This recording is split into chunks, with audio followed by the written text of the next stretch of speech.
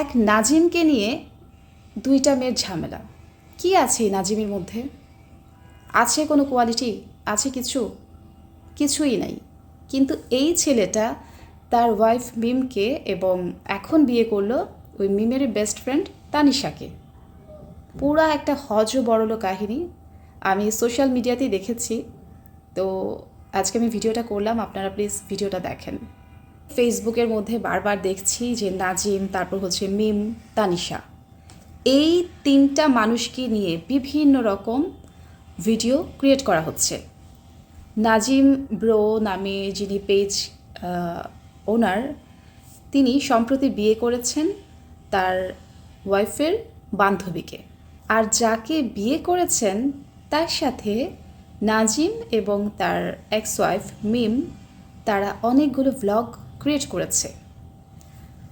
তখন অনেক মানুষে কমেন্ট করতো, বলতো যে মিম তুমি কেন বাসায় এরকম একটা ফ্রেন্ডকে নিয়ে আসছো, তোমার নিজের সংসারে ঝামেলা হবে, এই হবে সেই হবে। মিম তখন দেখলাম যে অনেক মানুষকে বিভিন্ন রকমভাবে কমেন্ট করেছে, আমার ফ্রেন্ড আমি এনেছি, আমি আমার ফ্রেন্ডকে চিনি, আমি আমার হাজব্যান্ডকে চিনি, এই টাইপের, মানে সাধারণত মানুষ যেরকম করে। আর মিমের এই সরলতার কিংবা মিমের এই বোকামির সুযোগটা নিয়ে তার হাজব্যান্ড নাজিম এবং তার ফ্রেন্ড তানিশা পরকিয়া করেছে এবং শেষ পর্যন্ত বিয়ে করেছে। আর এখন তারা প্রতিদিন ভিডিও বানাচ্ছে মিমকে নিয়ে, বলছে মিম তাদেরকে নিয়ে এটা বলেছে, সেটা বলেছে, এই সেই বিভিন্ন কিছু। এখন আমার কথা হচ্ছে, যেই মানুষটা ভালোবেসে মিমকে বিয়ে করেছিল 4 বছর আগে এবং এই সোশ্যাল মিডিয়াতে এত এত ভিডিও ক্রিয়েট করা মিমকে নিয়ে, যে সে মিমকে ভালোবাসে, মিমকে ছাড়া থাকতে পারে না, এই সে অনেক কিছু, সেই মানুষটা এখন মিমকে ছেড়ে দিল, দিয়ে তানিশা তোমাকে বিয়ে করলো। তোমার কি মনে হয় যে সেই মানুষটা তোমার সাথে লাইফ টাইম থাকবে? নিজেকে প্রশ্ন করো, আস্ক ইয়োরসেলফ, কি মনে হয় এই নাজিম সারা জীবন তানিশার হাত ধরে থাকবে?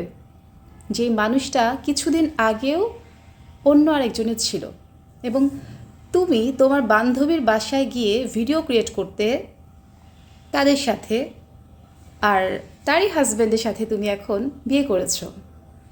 যে মানুষ তোমার ফ্রেন্ডের হাজব্যান্ড হয়ে তোমার ফ্রেন্ডকে ধোকা দিতে পেরেছে, ছেড়ে দিতে পেরেছে, সে তুমি তানিশাকে কতদিন রাখবে?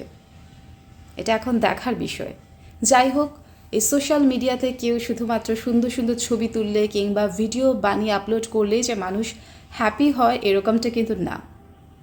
সোশ্যাল মিডিয়াতে অনেক কিছুই ফেক থাকে।